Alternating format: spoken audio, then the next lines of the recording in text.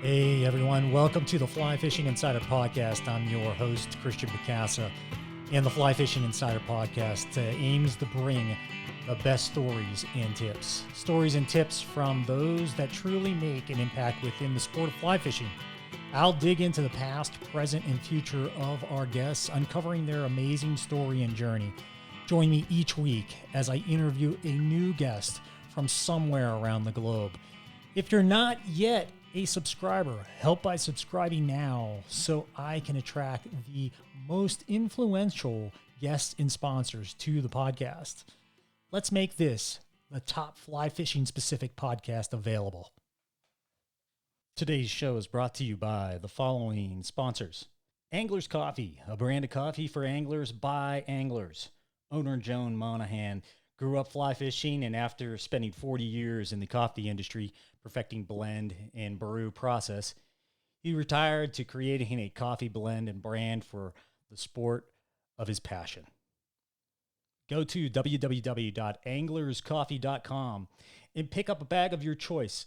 My personal favorite is the pre-ground caddis blend. It has a perfect balance of body, aroma, and acidity to kickstart my day. Thank you, Anglers Coffee, for supporting the Fly Fishing Insider Podcast. We look forward to supporting you and your business. Again, www.anglerscoffee.com. Dupa Fish, that's D-U-P-E-A fish.com, www.dupafish.com. Coming soon, but head over now, pre-register, and make sure you are ready to receive all the notices of the great deals that we'll be having coming your way. With years of accumulated DIY, Todd and I have traveled and booked experience all over the globe. We know how hard it is to customize a trip to you and your group's particular needs.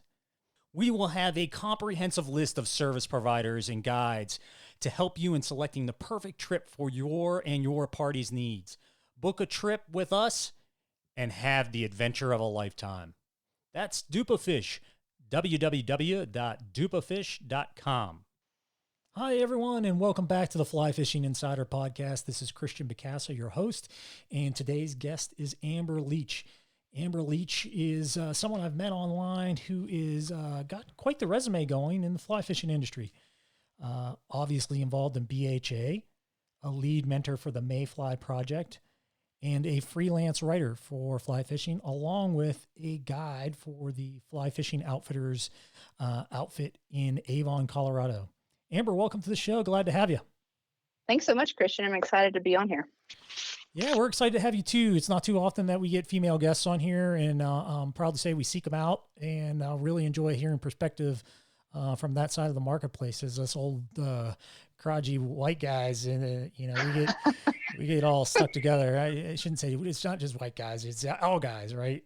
We all get kind of stuck in there. So, yeah, it's great to have you on the show. I'm interested to hear a little bit about how you got into fishing and how that transformed your life, of course, and what your plans are for the future. I know you got some things, some unexpected hiccups that you've come along, et cetera. So, how's that sound for today? That's perfect. That's perfect. I'm ready to start when you are. All righty. So why don't we do this? Why don't we just dive right into how you got initiated into fly fishing? You told me a little bit about that, but if you could kind of start over and give me the ideas. Okay. Just before we do that, I'll give you a little bit of a background about I took a pause from fishing for the longest time because it was an activity that my dad and I did together.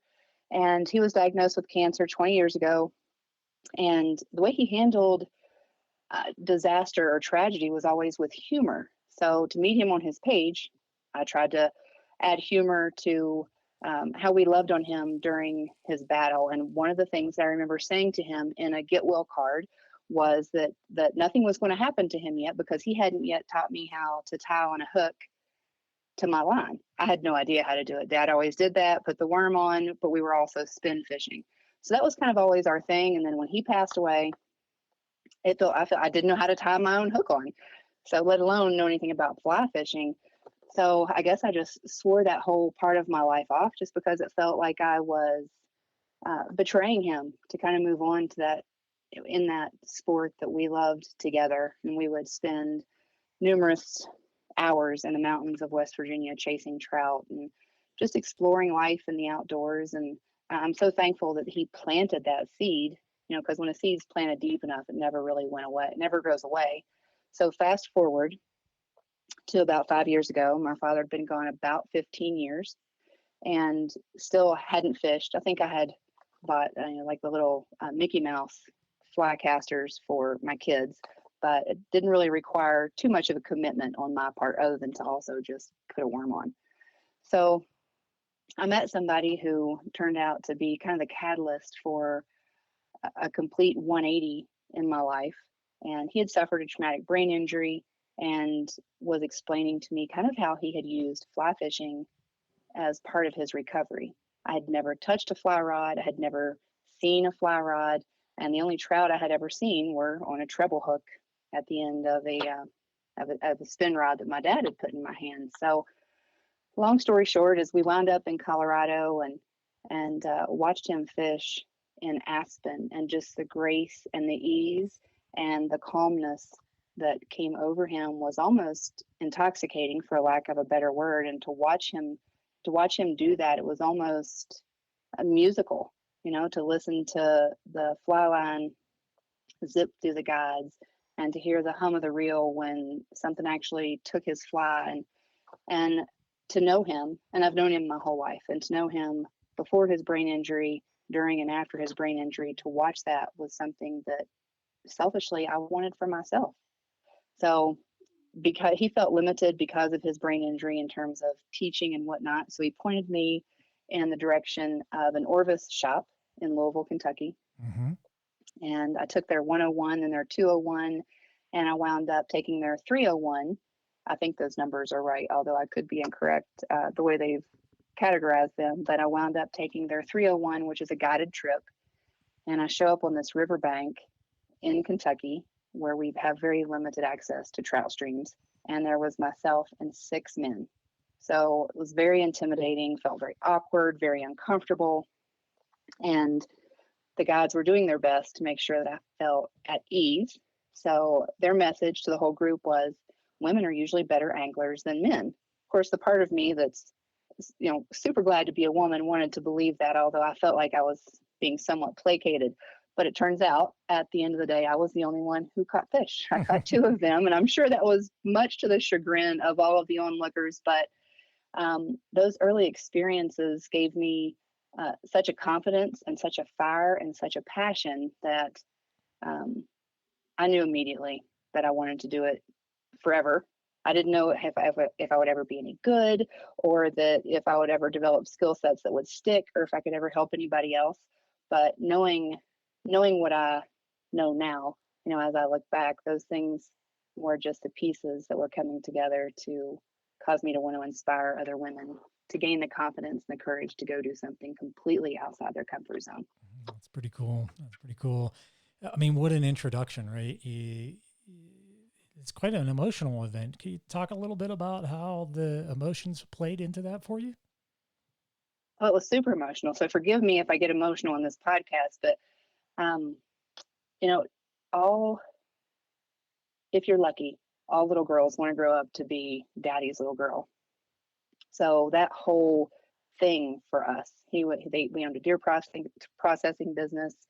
I was always with him. It was in our garage. It was kind of makeshift, and probably 30 years ago, I don't know that it was necessarily sanitary either, but we won't talk about that piece. But he had me salting hides for chore money. I would help grind the burger because that was really the only piece of equipment that I could use. And fishing was just a piece of that. Our thing was the outdoors. And unfortunately, he passed away when I guess I'll give away my age. I was 27. Mm-hmm. And there were so many lessons left untaught that it was I felt empty. Anybody who's ever lost a parent, especially if you're close to them, they know what that feels like. So just a big hole left in my heart. And for the first 15 years, felt like I was betraying him. And now when I step into the waters, I guess I consider how proud he would be of me to continue that legacy with his grandchildren. Yeah. I consider, all the opportunities that he would have wanted me to take so that he could have lived vicariously through me, if nothing else. Where did so that, it's still I'm sorry. Where did that feeling of betrayal come from for you? What do you think led to that? I'm not sure. I think it was when I told him, you can't die yet because you haven't taught me how to tie on my own hook. Right, and now you're out fishing and he's not there with So you. now, yeah, so now somebody has to teach me to tie on my own hook. Yeah. And like, who is it that I'm going to pass that torch to that could even hold the shoes, the shoelaces of my father? So eventually, someone did teach me to tie on my own flies, thank goodness. Or I don't know how far I would have gotten otherwise, but it was, I guess I had held out for so long that, 1 or 2 or 3 years in, it might have been easier for me to start fishing. But after I'd held out for 15 years, determined to not do that without my father, at that point, I felt like I was quitting Yeah. something that I had stood for so long. But thankfully, someone talked me out of my own pride and my own hard-headedness, and it changed my life. And now it's changed the life of my kids, and hopefully I'll be able to inspire others to do the same. That's pretty awesome. And what a unique scenario. Isn't it almost serendipitous how sometimes the hardest change brings on the best change, or some of the greatest changes in your life, best perspectives, I should say.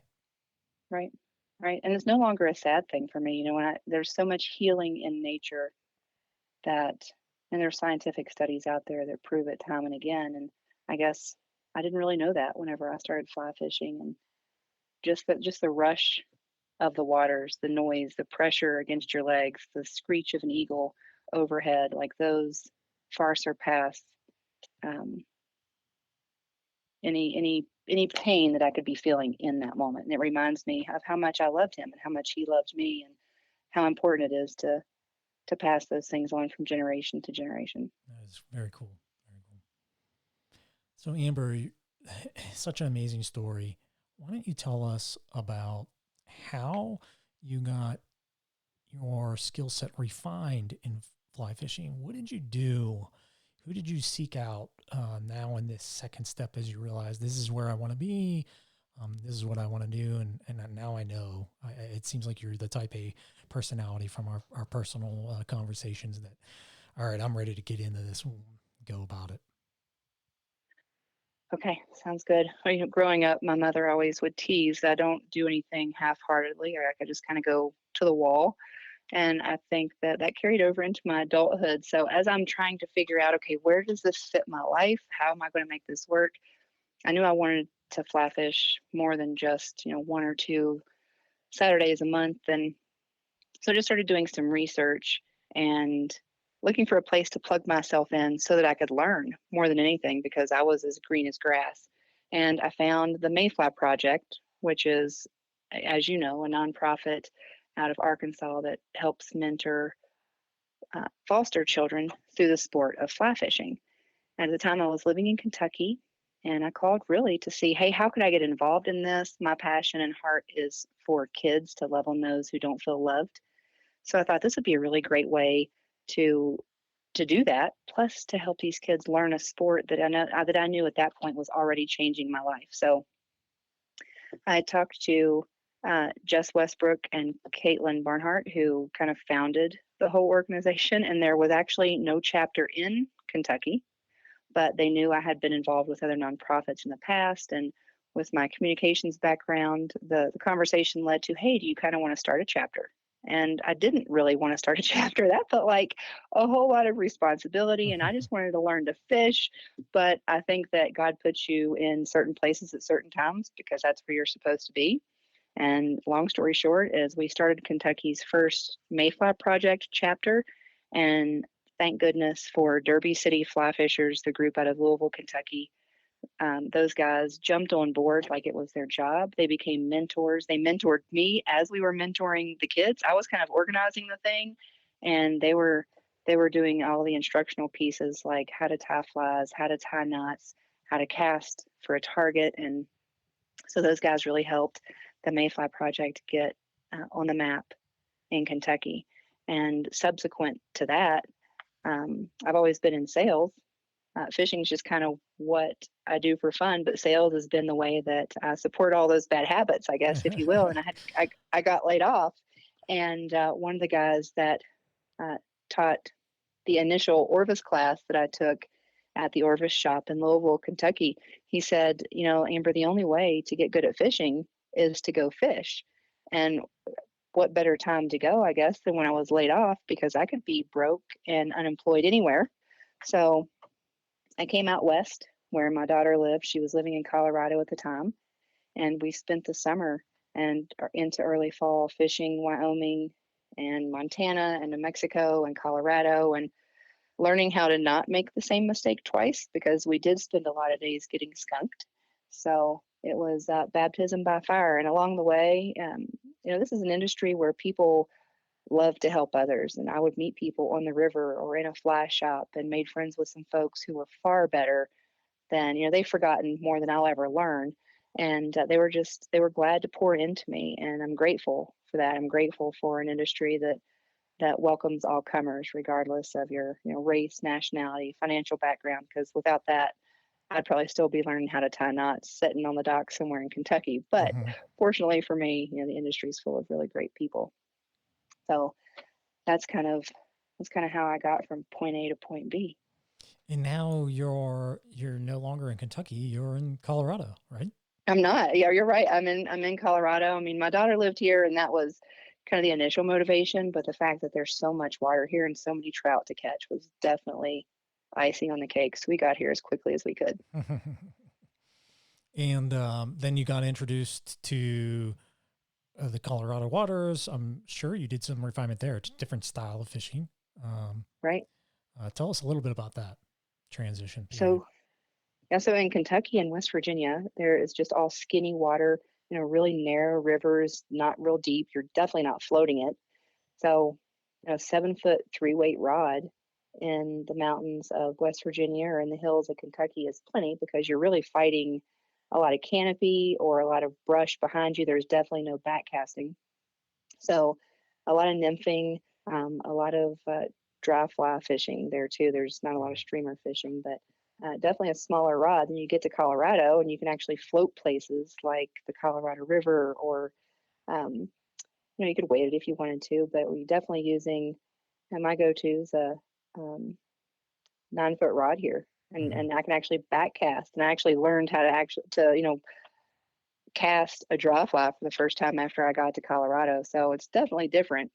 The tug is still the same. It still gets your adrenaline pumping, but it's definitely a different style. Yeah. A lot of smaller bugs and things like that too. Right. Higher pressure areas, I would assume. A lot more pressure, deeper waters. So I learned to streamer fish for the first time. Winter fished for the first time, which, for those who don't winter fish, they should, because there's no traffic. Yeah, There's no traffic at all. It's pretty nice. It's some of the best fishing of the year if you're willing to put up with the environment. But yeah, it can be incredible.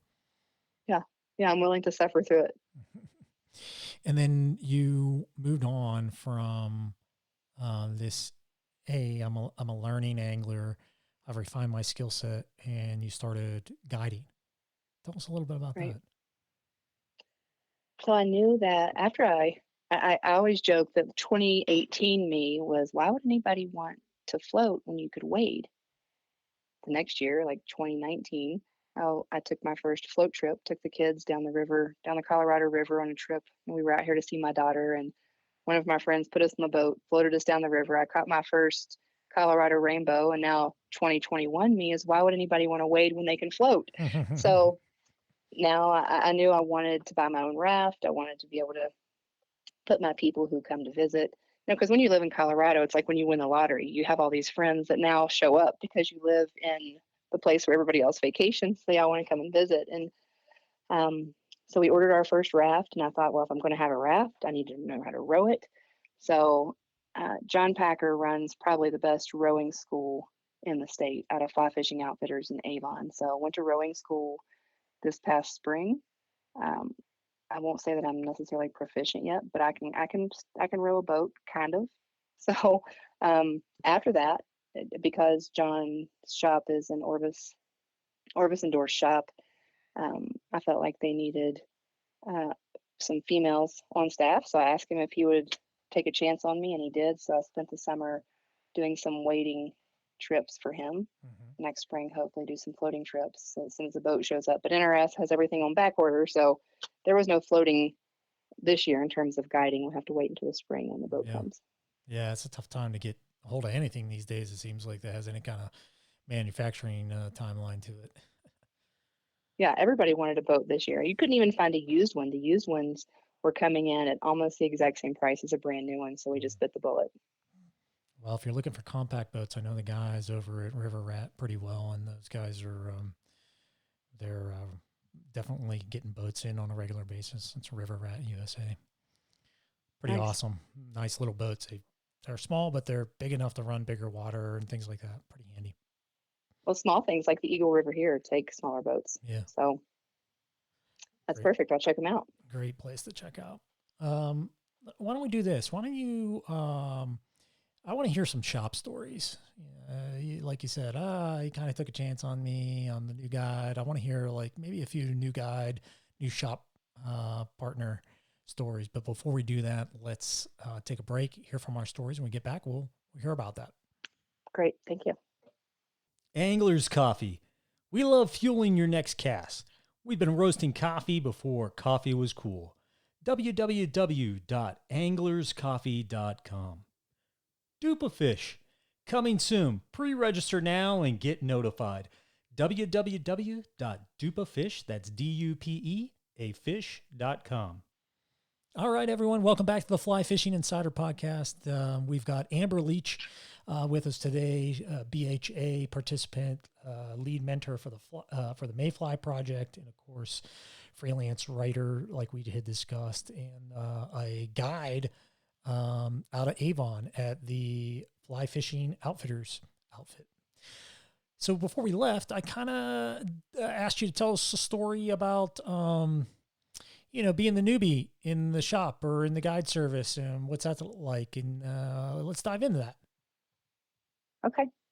Well, as the new kid on the block and the only female, it was also interesting. It was the only female and a mom. I got a lot of the kids. Yep. I got a lot of the kids. So I don't know if that was necessarily by design or they just gravitated towards me. I won't hold the guys responsible for giving me all the kids, but if you have kids, you know that can either be really, really great or not so much. That's right. Lots of birds' nests. I became an expert in knot untire this year.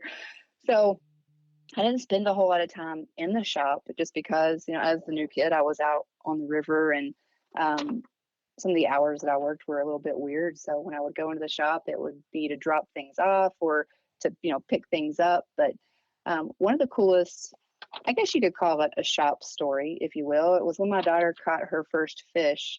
If I could share that with you, I'd love to. Is that okay? Yeah, I think that's great. Why don't you give us a brief description of your daughter, like how old she is and a little bit how about she got into it. Okay. So my daughter is 26. Her name is Bailey. And I think she probably raised me more than I raised her. But she kind of watched cautiously as I picked up this sport. And I think she probably thought it might just be a flash in the pan, but I would drag her and her little brother with me, and we would go different places, and more than anything, so she could babysit while I fished. But the more she watched, the more she wanted to at least participate. And she tried her hands at it a few times, but my nephew and my son, who are at the time he was 8, had begged to go on a little fishing retreat in West Virginia a few years ago, and I begrudgingly agreed. But if you've ever taken 2 boys into the woods, you know that it's not for the faint of heart. So I did recruit her to go with me, and we went to Elk Springs Resort in Monterville, West Virginia, rented a little cabin, and everybody took their own fly rods, but I didn't necessarily anticipate that that there were going to be many fish landed. Probably a lot of rocks thrown and sticks in the water, making it difficult for other serious anglers to fish. But what evolved just it turned into such a really cool experience for my daughter and myself. And then actually, I wrote an article about it that was published in the Backcountry Journal's spring edition of this year. So folks can read about the whole story there. But so the boys run off, they're throwing rocks, they're throwing sticks, they're raising cane in their own little world and doing what boys do best, which is getting dirty and making noise. Meanwhile, it's dark, it's getting cold, and my daughter decides that she wants to have her first fly fishing lesson. Now, keep in mind, it was only about 14 months prior that I cast my first fly rod. I definitely was not equipped with anything more than love and hope for this child that I birthed into the universe. So gave her some top level pointers, which at that point was really all I knew. I knew the names of like maybe 6 bugs. So she had on an elk hair caddis, and it was getting so dark and the water was white capped enough that it was really difficult to see. But she took her stance on this little jetty out into the middle of the river and just cast and cast and cast until I thought her arm was going to fall off. And she said, "Mom, we're not leaving here until I catch a fish." And I thought, oh God, this could wind up bad. I really want people who I'm trying to help learn to have a really positive experience so they don't go away thinking that fly fishing sucks. And that was what I was afraid was going to happen on this little jetty on that autumn night, 3 or 4 years ago. Yeah. And out of nowhere, she got a topwater take, and this rainbow never saw it coming. And so the boys at this point hear the squealing and the hollering, and they show up to help celebrate and see what's going on. And, as your first fish, you want a picture of it, right? Picture it didn't happen. And so the boys show up. I put the nephew in charge of holding the net. I show her how to, get her hands wet, make sure she handles the fish properly, and remove the fly. And in the process, the fish just drops right back in the water. So no, it happened because I can testify to that. There were no picks. So she's tearful. The boys run off because they think that she's going to choke them out at that point. And right. She probably would have if she could have gotten their hands on them. But the next day, that's the backstory. The next day, we're in the fly shop. We're getting flies because we're going to try this again, maybe with the opportunity to get pictures. And it was full of, again, men. And one of the guys who was working at the shop, when we were telling the story, we were talking about what had happened the night prior. Yeah. And he said, "That was you? That is so cool." He said, "There were some guys on the other side of the river said they just watched this girl catch her first fish on the fly, and it was the coolest experience."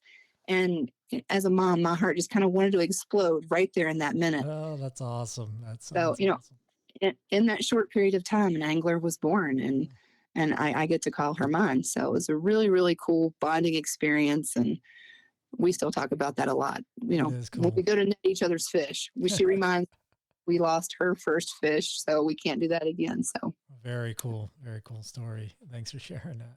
Yeah. So you've brought up a couple times the perspective of being a woman on the water or the only female in the guide shop, et cetera. Why don't you kind of dive into your take on that and your perspective of women on the water? How we are raised really influences our perspective on anything, whether it's how we spend money or how we raise our kids.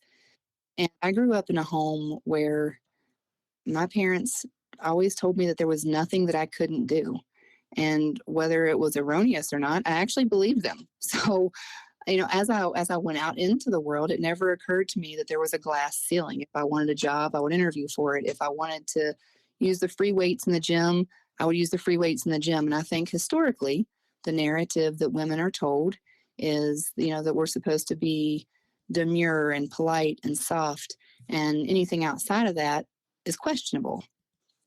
That was not my narrative. I didn't even know that existed until I started fly fishing. And a couple of my close friends said, "You're either going to love it or hate it. There are not a lot of women on the water, and it's not a very welcoming sport for women." I don't like being told what to do. So it just so happens that, I'm bucking that rule from the very first minute because I thought that it was the standard. And what I experienced was exactly the opposite.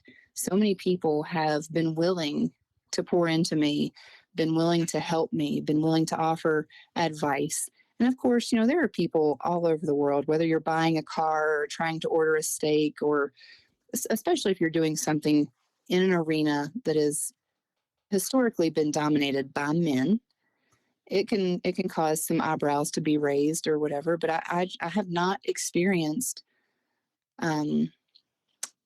blatant sexism just targeted at fly fishing. I think it's everywhere. And I don't even necessarily consider it sexism at that point. I just consider it stupidity, because you can't really educate that out of people. And hopefully my generation and my daughter's generation, you just keep showing up. You develop the skills that earn you a place on the river or wherever it is, in the gym or wherever it is that you want to be. You have a right to be there by virtue of the fact that you're breathing. God created you. You have a right to be there.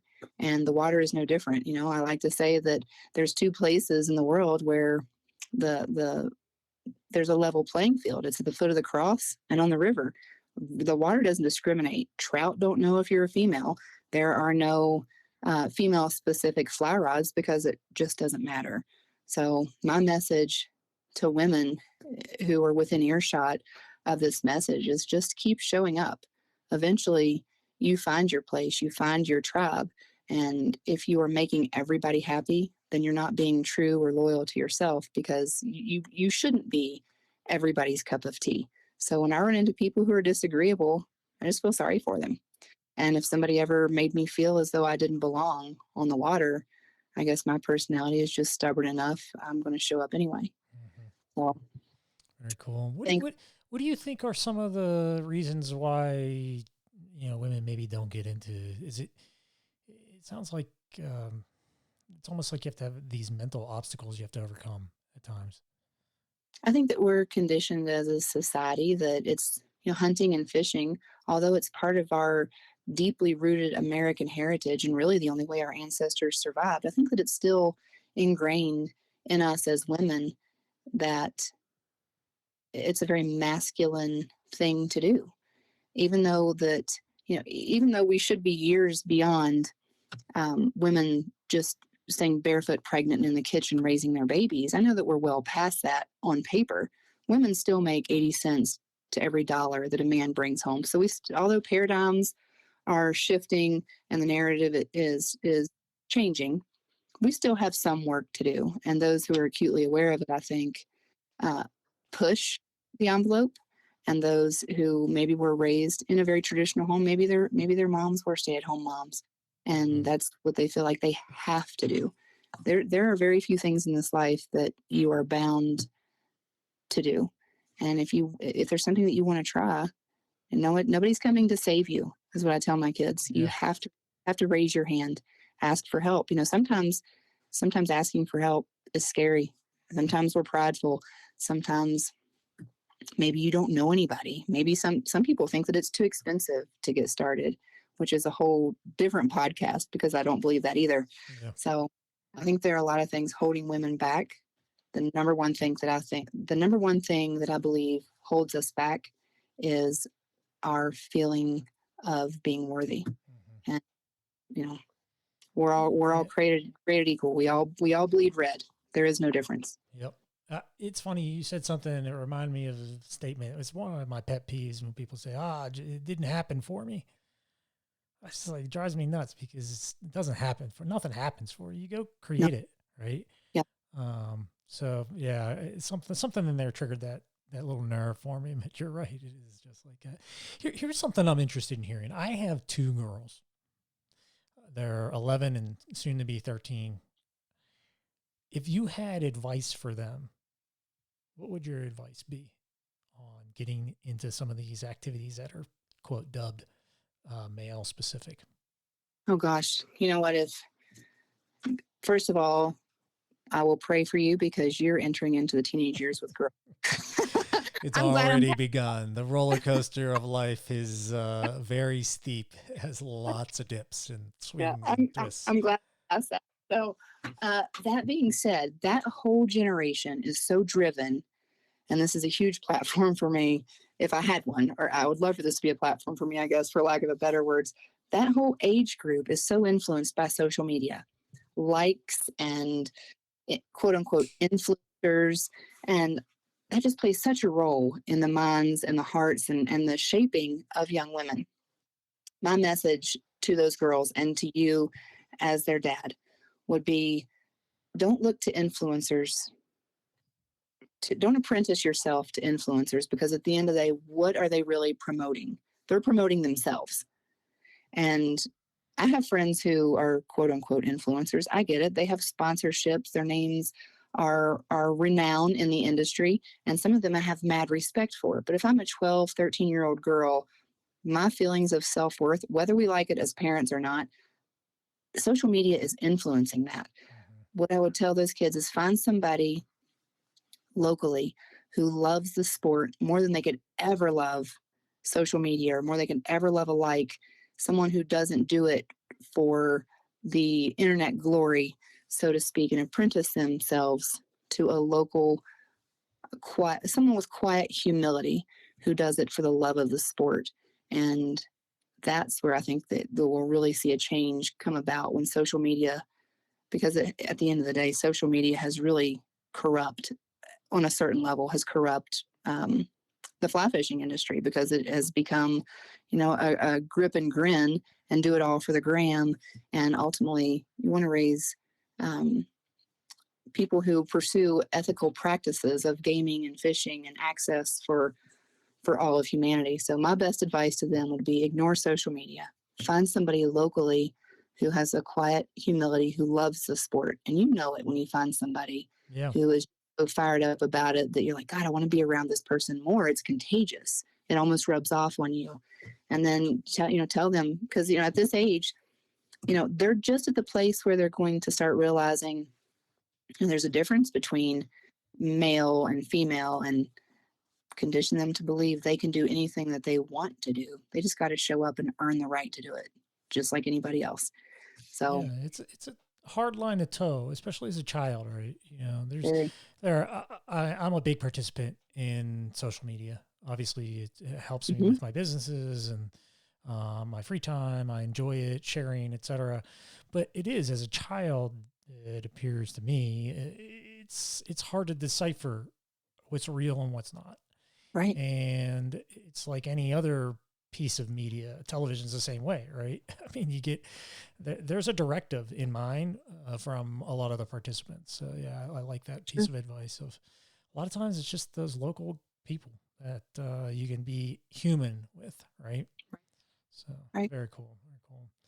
So you've been a participant in the sport for a while. What from your perspective has changed since being on the water, and maybe some of the things that you've done? Like, hey, now that I'm guiding, I get more respect on the water, or I get less, or whatever it is. I'm interested to hear some of that perspective from you.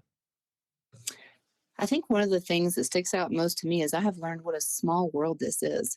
I thought it was this vast industry, where the left and the right never met, but it's not. It's a really, really small world. It's funny how you run into people or meet people, just like me meeting you, for example. What a small, 5 years ago, us connecting was not even an option. So that's one of the things that I have learned. And I also thought, I've hired a few guides. I actually came to your neck of the woods a few years ago and hired a woman to take me out fishing Provo, and we spent the day on the water. And so that was the first time I had looked for a guide. And I guess I didn't really realize there was a persona that surrounded guides or being a guide. And now that I'm on the other side of that, and people come to us to look for, honey holes or fishing tips or what fly to use, I have learned that, there can be a bad reputation for guides. And one of the quotes that I always hear is, are they a guide or are they a god? And I think that a lot of guides, because they are guides, think that they are of an elevated status. And I hope I hope and pray I never come across like that. Anybody that I take out on the water, I feel fortunate that they have trusted me to spend the day with them, to maybe teach them something that they didn't know before. And usually I end up learning something from clients who have chosen to go out on the water with me, even if it's just a gentle reminder of what sometimes how fragile life is, or how lucky we are to be in an industry where people are as open and honest as they are, and they love to talk about their lives. And so I hope that's a funny perspective, because I get it from the other end. I mean, people see my social channel, or they hear that I'm in fly fishing, and whatnot. And they're always like, oh, can you guide me someday? Teach me how to fish. And I'm always like, hey man, I am not a guide. It is a whole nother world trying to teach somebody to fish. Like if you want to learn some kind of technique and you're an avid angler, etc., I can talk you through it and, give you tips and pointers, but to actually go out and get people on fish some days, I don't know what I'm doing half the time to get there, or I don't have to think about it or whatever it is, but I've done it. I've gone out and taken people out. Yeah, it's real easy. You just do this. And I'm nah, not like that, but like that. Nah, not like that, but like, I don't know, man. Just go over there. I want to fish. You're right. It's a whole new world. Yeah. I think what a lot of people don't realize is that you are not a magician. Like I don't have control over the weather. I don't have control over water conditions or the heat index. This year we were off hot by noon just because the water levels were so low and it got hot really fast. So, people think that if they pay for a guide, they're guaranteed to catch fish. That's right. And not necessarily true. One of my guide buddies said, hey, I can't hook them for you too. I said, I've seen that, just hand over the rod. He's like, nah, I can't land them for him either. So it's kind of funny. It is a trickle down effect, but yeah, I always appreciate hearing both sides of the story. So, one of the things I'd love to hear from you, Amber, is maybe one of the special stories about when you were out guiding and something that you learned from one of your clients and, a special day. But before we do that, again, let's hear from our sponsors and we'll come back and hear that story. Sound good? Sounds great. All right. Angler's Coffee. We love fueling your next cast. We've been roasting coffee before coffee was cool.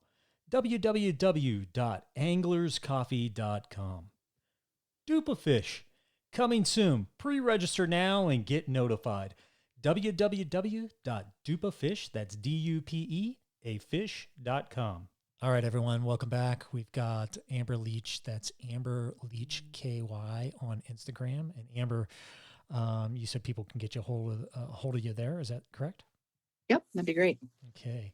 And you mentioned some pretty interesting places. You mentioned the Derby City Fly Fishers, Mayfly Project, and of course Backcountry Journal, who you write for. So we'll have all that information in the show notes, etc. But before we go today, let's hear a little bit about this question I asked, and that is a story about your guiding, one that's memorable for you. Okay. One of the things that stick out to me is an elderly couple. And I guess I should probably watch who I call elderly as I age, but they were probably in their 70s and they were from Texas, husband and wife. And, sometimes we lose sight of the fact that it's not just about fishing. There's so much more to it. Of course, we all want to land fish. We all want to land pretty fish or big fish or exotic fish. But at the end of the day, it's about relationships, it's about people, and it's about living your life well. And if you're guiding people, you're doing that in front of others. And I'm not the only one who's teaching whenever I'm guiding. Like I said a second ago, sometimes I do learn from my clients. So this couple came up from Texas and just right out of the gate poured their story out to me. He was recovering from prostate cancer. He was in remission, but because of his chemo and whatnot, he had to wear like adult Depends. And he was very open about that. And he said, if something happens, I may need your help. And he was very weak and he was fragile and very heartbreaking because you could see your parents in them. And that's kind of how it hit home for me. But he promoted his bride in such a way that you were convinced that nobody ever loved a woman the way he loved her. He wanted her to catch fish. He wanted her to wade deeper. He wanted her to use the best rod that we had on the trip. And while she was as hard-headed and as stubborn as I am, she was a spicy little thing, probably about 5 foot tall. So she didn't want help wading. She didn't need any help doing that, but he did. And God love him. He would hold onto my arm while we would wade up to our knees. He was just so frail that the pressure from the water, he couldn't really go any deeper. But we spent a day just kind of loving on those people. It didn't feel like I was even on a guided trip. They were having so much fun and they loved each other so deeply that it was just a reminder that it's not always about the fish. They did catch fish, thankfully.